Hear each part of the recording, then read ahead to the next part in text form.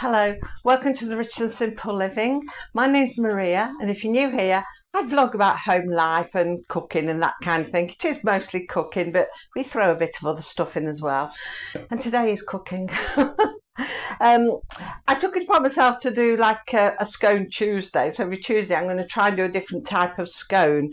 So I thought today I'll do a tuna one. I was going to do it in alternative sweet savoury, and last week I did a savoury because I did the blue cheese and chives, so I was going to do a sweet this week, but I think from having lemon dumplings yesterday and I seem to be having too much sweet stuff, I thought I'm going to go into another savoury, and to stop me from eating them I'll do tuna. So if it's something fishy I won't touch it.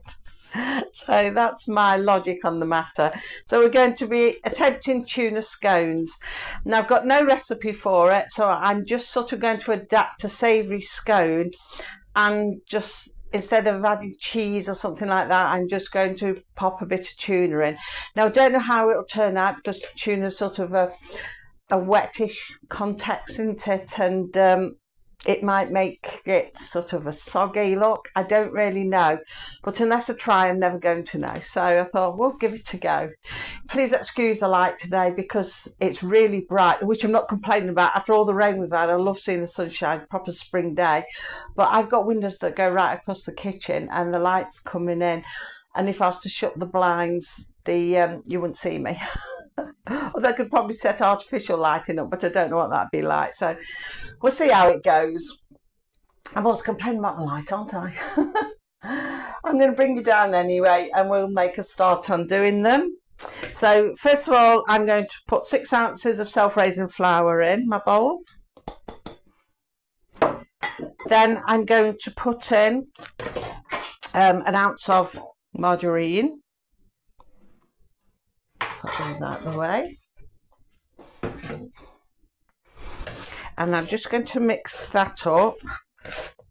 Now if you want to add a bit of salt and pepper, or a teaspoon of mustard, you can do that at this stage as well, especially if it's mustard powder. You can add that as well. I don't do that. So we'll rub all this in, so we've got it sort of like crumbs. It's been quite interesting thinking of all the different sort of scones I can do, and then some of you have been suggesting some to me as well, which is really nice. It's amazing. I think anything could probably go in a scone. Just testing a little bit and, you know, see what you need, and I think anything could probably go in. So next week now I'll probably do a sweet one, as it's coming up to Easter and it'll be all overindulging with sweet stuff. Plus I'll have had my glucose test by then. I've got that at the end of this week, so I've got to cut down on sugar a bit.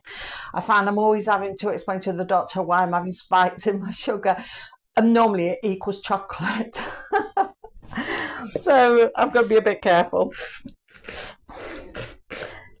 But it's this time of the year as well when you eat a lot more stodgy food as well, and I don't always do enough exercise to sort of level it out.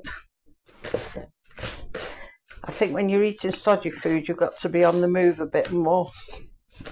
Right then, what I'm going to do now, I think I'll add the tuna. I'm not sure whether to add the egg or the tuna, but I think what we'll do, we'll add the tuna. Now normally if I was putting cheese in, I'd probably put about maybe 3 ounces in. My tuna, it's in grams, it says 93 grams drained, which probably a bit more than 3 ounces, but I'm not going to do too much. I think just sort of half the can will be ample. Now I hate fish, absolutely hate it, but this is the one I don't mind. I can cope with tuna. It doesn't seem to have that same overpowering fishy smell,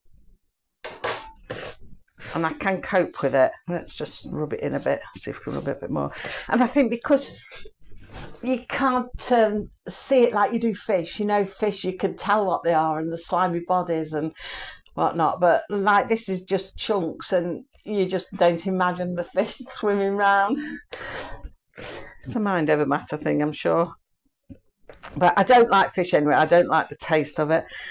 I don't like that salty seawater taste with foods. So I think that might be not too bad. I don't think it's going to have a problem. I might put a bit more.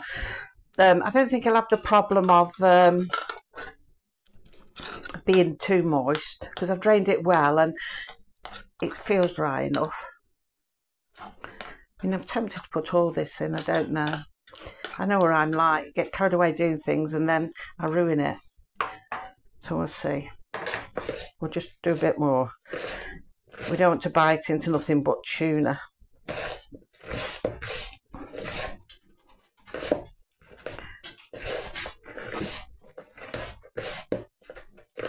Now, I was thinking about putting a bit of sweet corn in with this, but I've got no canned sweet corn. And I forgot to take some frozen sweet corn out, because I thought, well, I can just take a little bit out and let it defrost, and then I could pop it in. But I forgot to do it. We've been having drama. We had new tyres on our car 2 weeks ago, 2 front new tyres, because they were on advisories, so they needed doing, so we changed them. And blow me, last night we hit a pothole and one of them burst, so Dean has had to go up to the garage. So I haven't got my taste tester at the moment. Dean's had to go up to the garage to get a replacement for it. So that's why I've been rushing around this morning and I forgot my sweet corn. But yeah, it's a nightmare. They got this car coming one way, we were going the other way, and it was a great big car and there was a puddle on its side. So it came right across the road.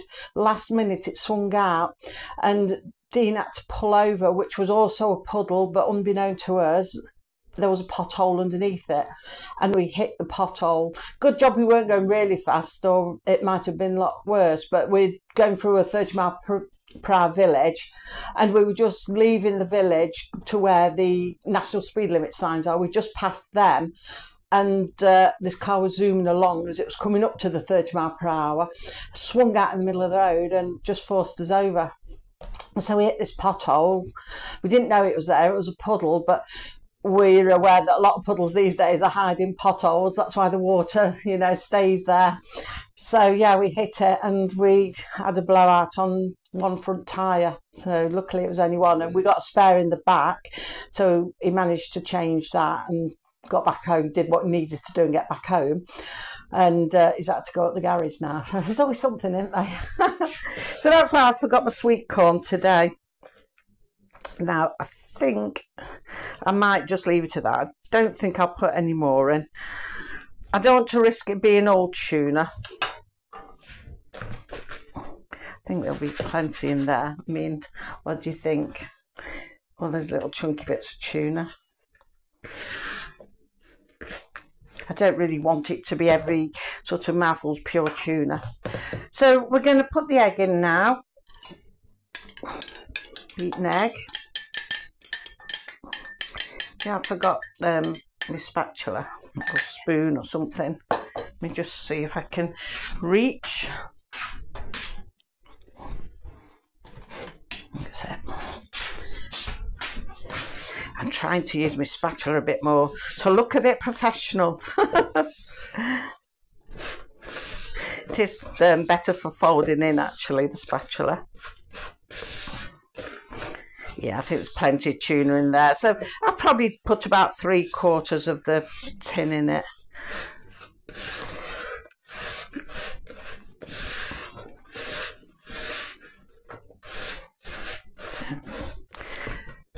Do that by hand now, I think. Yeah, I can't smell the fish in this, so not too bad. Now, I had thought about saving a bit of the water because it's in spring water. I thought about saving a little bit to put in instead of milk. But then I was thinking, would that make it taste too fishy? I don't know. Maybe that's a matter of preference. And even would it work? I don't see why it wouldn't work, but I think I'll have to go and get some milk anyway. I don't know, let's see. Yeah, I don't know whether that would work. I don't see why it wouldn't, but would it make it taste too fishy? I don't know. Oh, I don't think I'll need any milk really, or anything. Some stick it off my hands.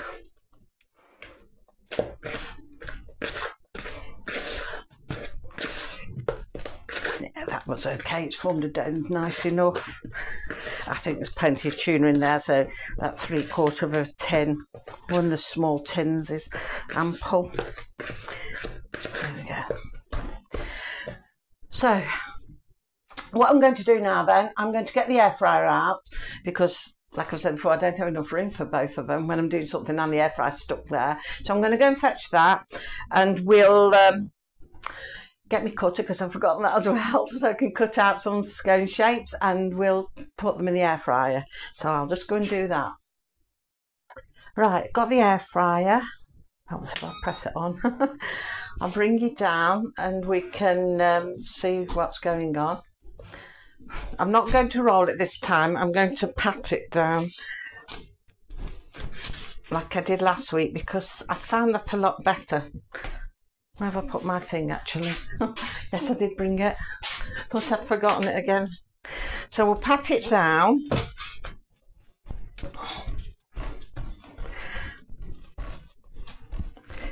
Doesn't seem a lot here today actually.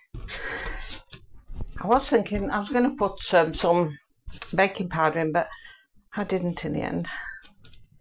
So we'll just cut some out. We don't want too many anyway, because it's not like I eat fish, and I don't know who's going to eat them. Dean will eat some.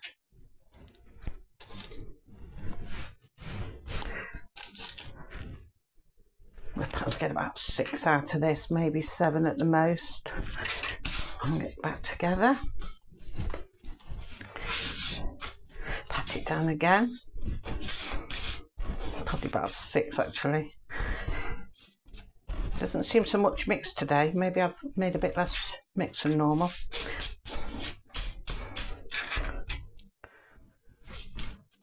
Another one. Quite a fat one. Will I get one out of there? Maybe, just. I might be able to roll that one up to 1, so that will make it 7 then.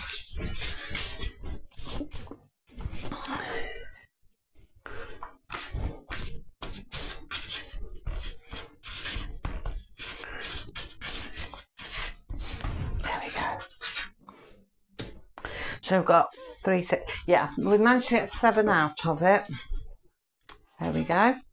So what I'm going to do now, I've beaten an egg. I'm going to brush the tops with a bit of egg. I'm using this nice brush again, this plastic one. Silicone, I should say, not plastic. And that's quite good. I quite like this one. It works really well.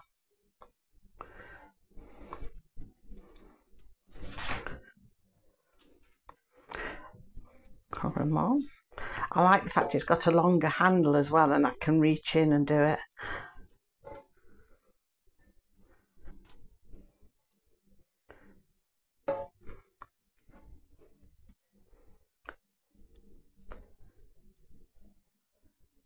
Just another 2 to do.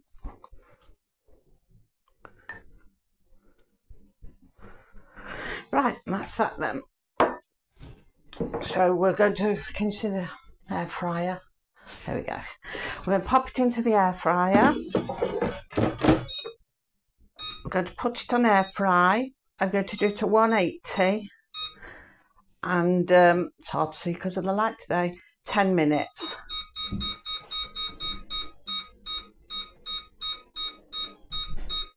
So I've got it on air fry, 180, 10 minutes. Off we go. Let's see what happens in 10 minutes. Right, so it's dinged. We'll have a look what it's done. I'll bring you down first so you can see. They look okay. They've actually risen, a bit puffy this time. bring it across. Well, that's the one I shaped in my own hand, but see, they've gone a bit puffy. So I'm not going to be able to taste test them. I'll put them on the plate and I'll break one in half so we can see what it looks like in the middle, but I'm not going to be able to taste test them today. So I'm just going to reach for a plate. Right, so we'll take them out. One thing, I can just grab them around the edge even though they're hot. There we go. So they don't look too bad. I'll just put that in there, turn that off. So they don't look too bad. And they have risen. And I didn't even put the baking powder in. I did think about it, but I didn't. And yet they've still risen. Better than all the others I've done so far. So see if we can break one in half. See if I can break a piece off the one that I've already done. Hand molded. There we go. It's cooked really well, really nice. So anyway, I'm not going to taste test it. I've got no one to taste test it at the moment, so we'll leave it at that for now, and I'll let you know tomorrow how it went. Probably be on tomorrow, and we'll probably have another vlog tomorrow. Well, the dog's going crazy. And probably have a chatty vlog tomorrow just to catch up on where I'm at with everything and decisions were made on things. Just a chatty sit down vlog. So thank you for watching. You can join me tomorrow if you want to for a chatty vlog. If not, I'll be back on Friday and we'll do something in the air fryer, but I don't know what yet. We'll see when the day comes. So thank you for watching. Until I see you next, take care. Bye.